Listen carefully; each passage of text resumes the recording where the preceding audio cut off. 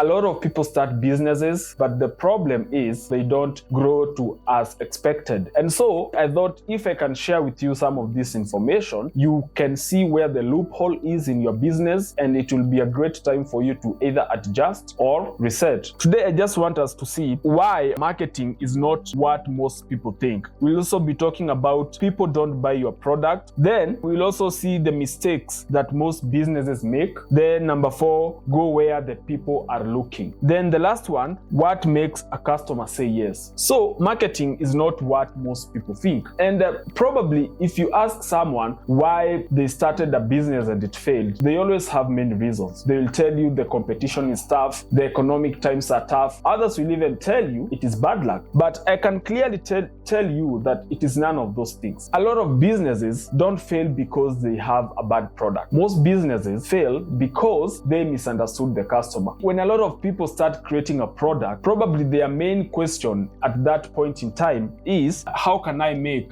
my product better? Okay. Another question they will ask themselves is, how can I make it premium? Something, or even add features. Okay? They are good questions to ask yourself while you're coming up with a product. But the problem is, it's not the main question you should be asking yourself at this point. The main question you should ask yourself, who wants this product and why? The moment you ask yourself, who wants this product and why, definitely who becomes your target market. And why becomes what? The value created. So you already know your target market and the value it will provide to them. So having that in mind clearly will give you a smooth start as you run your business. You need to know the specific people you are going to sell this product for. The second point was people don't buy products. I know this is information probably you've heard before. The moment I understood this, it changed the way I think about business and marketing. The fact that people don't buy the product. Rather, what people buy is what the product does for them. In short, let's call it the final results. This is what people are interested to see in your product. What is the final result does your product offer? I give you an example. When you go to buy a drill will make a perfect hole in the wall. And that's one of the reasons why you'll go buy it. But this guy who goes to buy a drill in a hardware, I'm just thinking, if he could have another better way to make that hole without incurring cost, he will have gone for that option. But the problem with those options is that, yes, he won't incur cost, but he will be guaranteed of the perfect hole. He will waste time and other damages. So he goes to buy the drill so that he can have the type of hole he wants in the wall. But when you think further about this story, the main issue as to why he goes to do it, or rather to buy the drill, is because he wants to hang a picture on the wall. So you understand the math. He wants his house to look like a home. You can see what the drill does for him. It helps him achieve his desire of hanging the picture in the wall. Another example, that is one way to think about, a product and or rather to think about a product. When someone is buying a roofing sheet, you are doing construction or you want to replace your old iron sheets with new ones. The reason why you are doing that is not because you love you love iron sheets too much. It's because probably the type of iron sheet you're putting will give your home status, aesthetics. But furthermore, it is the comfort, the peace of mind that you are buying, knowing that whenever it rains, your family will be safe under these roofs. So clearly, in as much as we buy things, we don't necessarily buy the product, but we buy what they do for us. Okay? That's how a product works. So to make it short, a product is a tool to help a client get the desire of their heart. I just use the word heart because it always ends with a feeling. People buy with emotions, but justify with logic. This is the point. You have to touch the heart. When you think about a company like Uber, why do people order for an Uber? No, they're just not buying that ride. They are buying time, they are buying convenience, they are buying safety. I mean, it is a lot of things before we come to look it as an Uber. The moment you see your product as a tool to help your client or your customer achieve their goals, now that even the way you communicate about your product will definitely change. So with all these examples, we can all conclude that your product is the vehicle. The value is the destination. That's that. Number 3 is common mistakes businesses make. Okay? Now, one of the most common mistakes I see many businesses trying to do is trying to convince people to buy their product. I mean, that's exhausting. And it's not only in businesses industry, even in a forum, probably there's a lot of business forum. A lady, let's say she's Jennifer. Jennifer stands up and she's like, "Hi, I'm Jennifer. I'm 32 years old. I've been selling beads for the last 4.5 years, and my business has not been so good. So my question is, how can I make people want my product?" Basically, you can't just make people want your product, okay? Maybe the best question you will have asked is, instead of wondering how to make people want her product, the question is, let me write it here. Jennifer asks, how do I make people want my product? And then our answer is a better question, okay? Ask a question like, how do I find people interested with the results of my product? Okay? Like we said from the word go, the most important question to ask when you're starting or you're coming up with a business was, who wants my product and why? Now that's why Jenny is having problems with her business moving forward. Because when she started, she never identified who will buy her beads, okay? And why they will buy her beads. It's a common mistake that people do without notice because you fall in love with your product, or maybe you took a lot of time to come up with it and all those stuffs, and probably you think now this will be it. It doesn't work like that. You first have to define the value your product will offer, and then understand what type of people will be interested with this type of value. When you think about a guy who has a leaking roof, clearly, as a salesperson, there's no amount of convincing you need for this guy to make him understand that he needs a new roof. No, the guy already knows, and he's looking at it. So the main thing is to position yourself as a business who can offer the solution to them. The 4th point, and this is the most important point, if you have to miss anything from this class, at least go home with this. Number 4, go where people are looking. That is the secret in 2026 moving forward. Okay? Go where people are looking. One thing I've come to understand with great entrepreneurs is that they don't waste time trying to create demand. Okay? Instead, what great entrepreneurs do, they find where demand already exists. So they go to supply. It's always about demand and supply, and not supply and demand. If there is no demand, you can't supply. And that's why you will have a problem trying to create demand instead of going to where demand exists. Coca-Cola found where demand already existed. And so, I mean, they never created dust. Dust was already there. And I know there were other ways of refreshment, but Coca-Cola saw an opportunity. Because when you look at the history of Coca-Cola, late 18th, his main idea was to make a medicinal drink.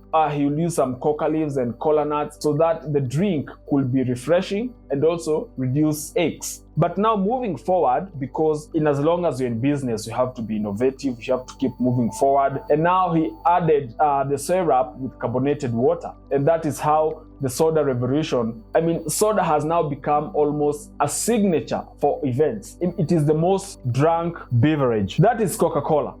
Bolt came around in 2014, there 2013. So about that time. Now, before then, people were commuting, but it was not with much ease as after the Bolt or the Uber Bolt were introduced. And so you can see these people saw a gap in the transportation industry. A company like Netflix. Netflix saw an opportunity where people are going because it was in that era around 1997 to early 2000s that online migration now had started, and now people had stopped using the DVDs and the cassettes, and Netflix saw it as an opportunity. Now, those movies that were acted before, now they could stream them online. But the point here is, all these companies that chose to go where people are looking have sustained in business for a longer time. One of the companies that tried to create demand was Colgate. Okay? Now, Colgate started from back in 1872-73 there. And it took them almost to 72 years before Colgate now was accepted. That is during the Second World War. But 72 years for a company growing, it's a lot of time. So creating demand will take time compared to going where people are looking. And the moment you understand that, then even as you create your product, you will always have easy time in marketing because your product is already valued. All right?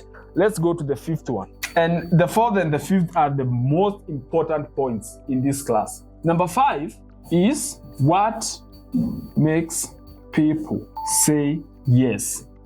Now, this is a question that a lot of business people, or rather anybody trying to sell something to somebody, would like to crack. They would like to know, why do people say yes in other instances and no in other instances? Now, I will tell you why. And the reason is, you see, when you are offering a product or a service, it, like we said, it has to have value. Okay? But what is value? Because value can be perceived different based on who you ask. If you ask the seller, he might explain what value means to them. But if you ask the person buying, the client, the customer, what value, they'll tell you are different. But our main idea here is to sell value through the eyes of the customer. You have to see things in their own perspective. And so, what I've come to understand, great products have these 4 characteristics. If your product lacks any of these characteristics, then there are chances that your client might not perceive it as valuable to them. Okay? So, the first one, let's say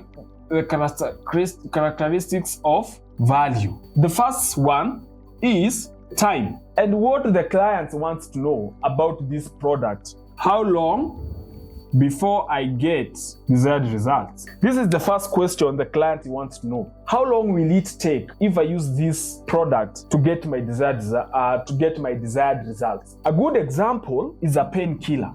Nobody wants to swallow a painkiller, then it takes like 40 to 45 minutes before it becomes active. Everybody wants like instant relief. So the client will be concerned, how long will it take before I get the desired results? The second question the client will want to know about this product to see if it is valuable. Number 2, it is the effort.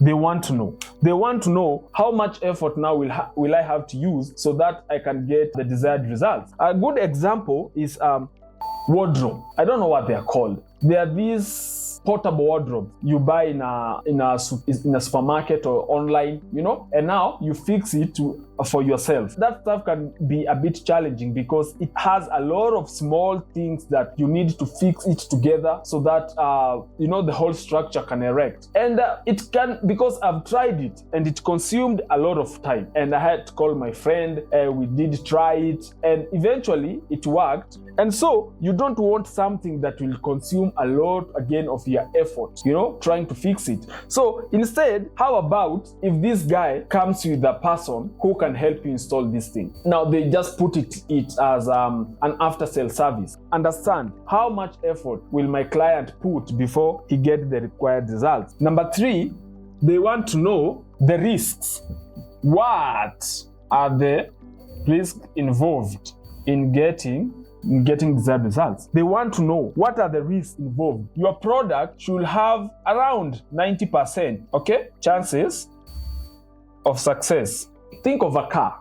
When you go buy a car, you need to understand the risk involved in getting the desired result. Some cars will just crash in the middle of the road. And now, you see, it has increased your risks from getting the desired result. Remember, we are talking about your product. So you have to customize these points based on the product that you're offering. Then the last one, the side effects.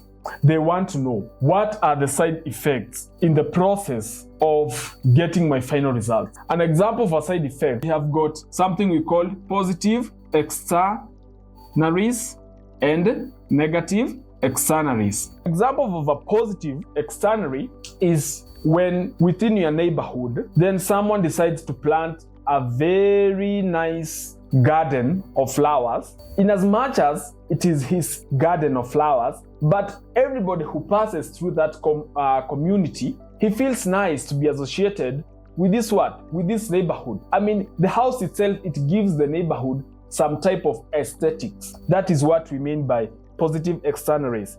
Your product should at least have positive externalities. Now, negative externalities, as we shall see later, is just like when you have an industry around your area, it produces a lot of smoke just to give out like 10 kgs of sugar. So like when you compare the result versus the waste, you find like we produce a lot of waste compared to the results. Now, that is not what a client would want with a product. So always make sure that the side effects are minimal, if not zero. That is the only way you can show like a client you really care about them. So understand these 4 things, that a client will only value your product as valuable if it saves them time, if they use less effort to get the desired results, risk-free or very minimum risk in the process of achieving the result. And number 4, always make sure that it has very minimum negative externalities, the side effects. As we wrap up, I was going through my, just out of curiosity, and I saw these 2 terms, a product and an offer. While they may be similarly related, they are different. A product, this is what you sell. And what's an offer? An offer, this is the reason why they should buy. An example of a product, let's say you are selling roofing sheets. When you are talking about a product, this is what you probably say. This is X company and we sell roofing sheets. Which roofing sheets did you want? That could sound like it. But making an offer is a bit different. What can you say when you make an offer? This is X company.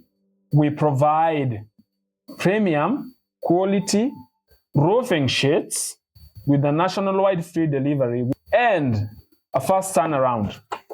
This is the difference. Selling a product versus making an offer. But when you make an offer, you give more context of the value. Yes, it's the same mabati, but now here the language is different. And what makes me like this kind of offer is because, like we said in our previous point, we said what are the things that a customer considers value is time, effort, risks, and side effects.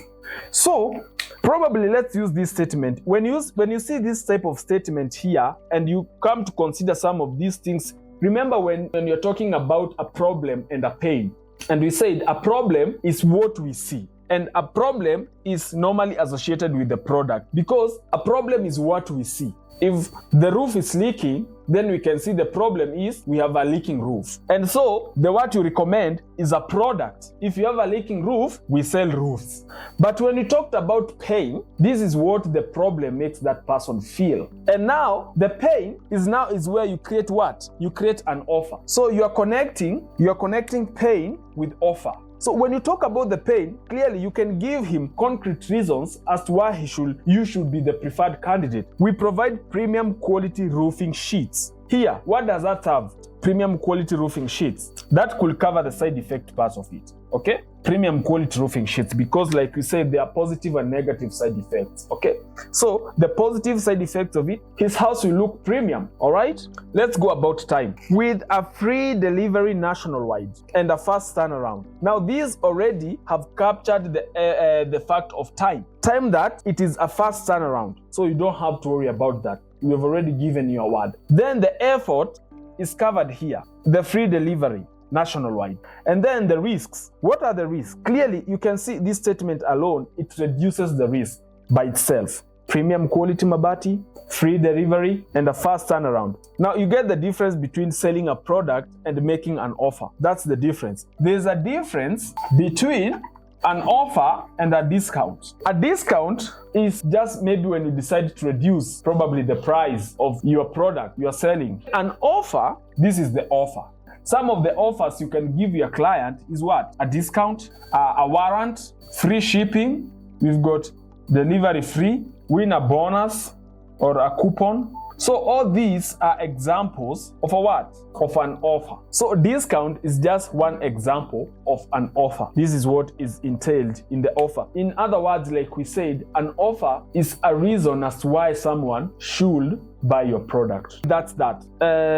For today, this is the introduction. But in the course of this course, we are going to talk so much about marketing. We will talk about branding. We'll talk about customer psychology. Remember, we talked some of the things that make a client say yes. And now we will have to understand, in as much as we are all different, we are all the same. There are things that brings us together as human beings. And one of them is insecurity. So that is that. Until then, have a good time. Keep it locked. This is Beyond Revenue.